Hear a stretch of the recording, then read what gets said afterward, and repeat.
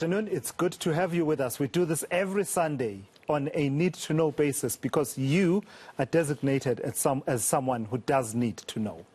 Well, politics now. The Freedom Front Plus is one of the political parties that did well in the previous elections. And perhaps did well is an understatement in terms of the FF Plus's own previous records.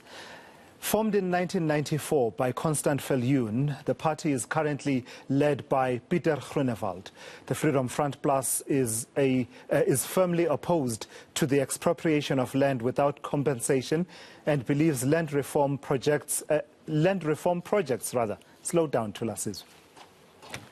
Land reform projects are, quote-unquote, breeding ground for corruption. I'm now joined by the party's head of elections, Wouter Wessels, for a conversation. Mr. Wessels, thank you for your time. I really appreciate it. So you've also hit the campaign trail in the last few weeks, trying to convince as many voters as possible to turn out and vote for FF+. Let's start with the story in your performance in the 2016 local government elections. No clear wins in any municipalities, but an improvement on your previous record. Fast forward to 2019, in the general election, you gain 250,000 votes. Extra votes, 250,000 more people vote for you in 2019, leading to you having 10 seats, which is unprecedented for you because even in 94, you had 9 seats. Let's start there.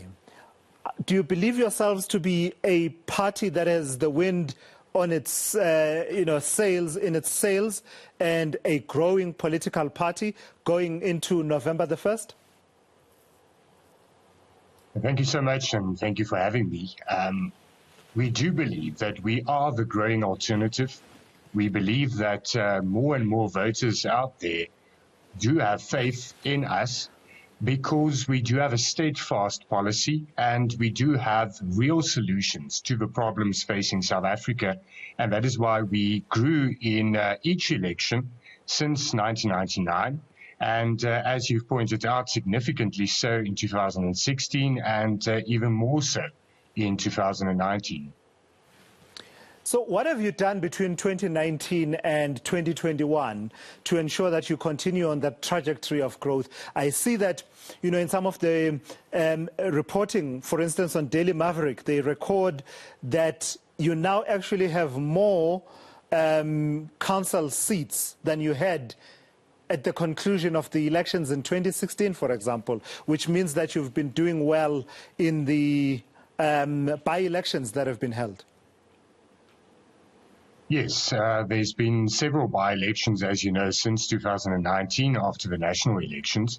And in each one of those, we showed significant growth. We won more than 4 wards. And we also, in those where we didn't win outright, we showed significant growth, which is a good foundation for this coming election, where we do believe in a lot of those wards, we will at this time win those. And what is the plan for winning those wards? What do you target in terms of your manifesto? For instance, and which segments of society are you targeting? Because I see that you're not fielding candidates in all, 4,400 wards across South Africa. Yes, we are contesting most wards, more than 72% of wards in South Africa. There's a few wards in KwaZulu-Natal and in the Eastern Cape where we are not fielding candidates at this stage in this election, but we are contesting more municipalities and wards than we did in 2016.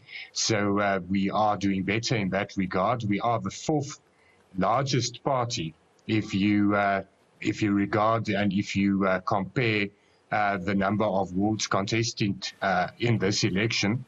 So we are the 4th largest, and we are fielding our policies. We do believe that our manifesto and our policies provide real solutions, and a lot of communities are acknowledging that and say that they are fed up with the decay, especially on local government level, where service delivery are not occurring. And that is what this election is about solving the service delivery issues, and we do believe that we have the solutions, and we've proven in the last 5 years that our councillors do serve, that we serve the communities out there, that we provide solutions to problems, and that is why people do have confidence in us. And one of the key issues that you're pushing forward has to do with merit. And do you believe that that's where local government in particular is broken? The facts are that if you go and look at municipal officials, the minister in the presidency earlier this year in a parliamentary question answered that more than 43% of municipal officials do not have the necessary competencies. More than 48% of municipal chief financial officers do not have the necessary competencies and skills to do the job. That's why we're paying more than R1 billion in consultants to do the jobs of CFOs and financial directorate staff. And that is unacceptable. We need the best person for the job to get service delivery going. If you go and look at the vacancy rate in, for instance, the water waste management directorates around the country, that is a huge problem. Sewage is a huge problem. 56% of sewage plants are dysfunctional in South Africa. That means that raw sewage is being pumped into rivers and into water sources, and it's due to a lack of skills and due to a lack of officials in those directorates. But those posts are left vacant because of affirmative action quotas. We say that's unacceptable, because it's to the detriment of all communities out there if service delivery is not going, so appoint the best person for the job. Do you believe yourselves to be a diverse party? We are a diverse party. We have candidates from all communities. We have members from all communities. And we have people that believe in our policies and our values and in our principles. And that is the party that we are. We are not a racially based party, but we are a principle-based party. And we believe that many more communities are saying that we need those solutions. We need unity in our diversity. We need to manage the diversity in South Africa, and we need to create equal opportunities for all. And that is what the Freedom Front Plus is about. And I'll tell you why I asked that question, because I'm going to propose to you that unless you are seen as a party that, you know, anyone in South Africa, no matter their demographic background, can vote for this party, then I would suggest to you that there is no clear path to power at any level for you as the Freedom Front Plus, especially at local government level, being, you know, dispersed as it is across a varied context and milieu in South Africa. The bottom line is that we are a party that do have principles. We have a policy that's steadfast. We haven't changed our policy views just to get more votes, because that won't be the solution to the problems. We believe that the current government's policies and legislative framework is the breeding ground for corruption, is the reason for the decay. And that's why new policies are needed, and that's why we provide those solutions. And then many people, and regardless of their ethnicity, their skin color, their cultural background, do join us. And the only prerequisite is to say they do believe in our policies, and they say they identify with our values. And that's why we have diverse candidates in KwaZulu-Natal, in the Western Cape, in the Free State, in Northwest, in all provinces, saying we want change.